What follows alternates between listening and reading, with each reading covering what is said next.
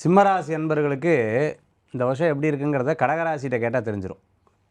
ஏன்னா அஷ்டம சனியில் என்னென்ன பாடுபட்டாங்க, எப்படி இருந்தாங்க, என்னென்னங்கிறத எப்போவுமே இந்த ஃபெயில் ஆகிட்டாங்கன்னு வச்சுக்கோங்களேன், பக்கத்தில் வேறு யாராவது ஃபெயிலாக இருக்காங்கன்னா அப்படி திரும்பி திரும்பி பார்ப்பாங்க, பார்த்துருக்கீங்க. ஆனால் குரு எப்போவுமே ஒரு நல்ல விஷயம். ஒரு இடத்துல பாதிப்பு இருந்ததுன்னா இன்னொரு இடத்துல கடவுள் வந்து காப்பாற்றுவாருங்கிறது ஒரு பெரிய அதிசயம்தான். இதுதான் இந்த இயற்கையோடைய ஒரு பெரிய.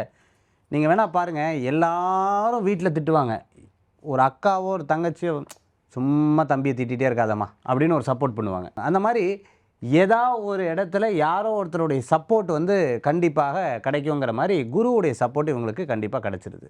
சிம்மராசியை பொறுத்தளவுக்கு பார்த்துட்டிங்கன்னா அவங்க என்ன பண்ணுறாங்கன்னு அவங்களுக்கே தெரியறதில்ல சில விஷயங்களில். அதே மாதிரி பார்த்திங்கன்னா இங்கே இருக்கலாமா, வேறு இடத்துக்கு போகலாமா, இல்லை இங்கே இது பண்ணலாமா, இந்த மாதிரி பலவிதமான குழப்பங்கள் அவருக்குள்ளே இருந்துகிட்டு இருக்கும்.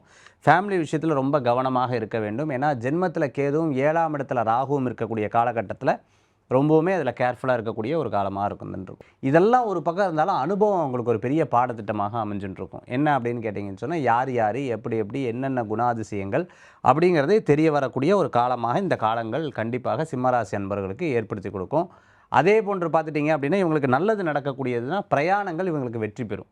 நிறைய பிரயாணங்கள் இவங்களுக்கு வெற்றி பெறும். வழிபடக்கூடிய தெய்வம் சிவ வழிபாடு, அது மாதிரி கணபதி வழிபாடு, வெற்றி வழிபாடு.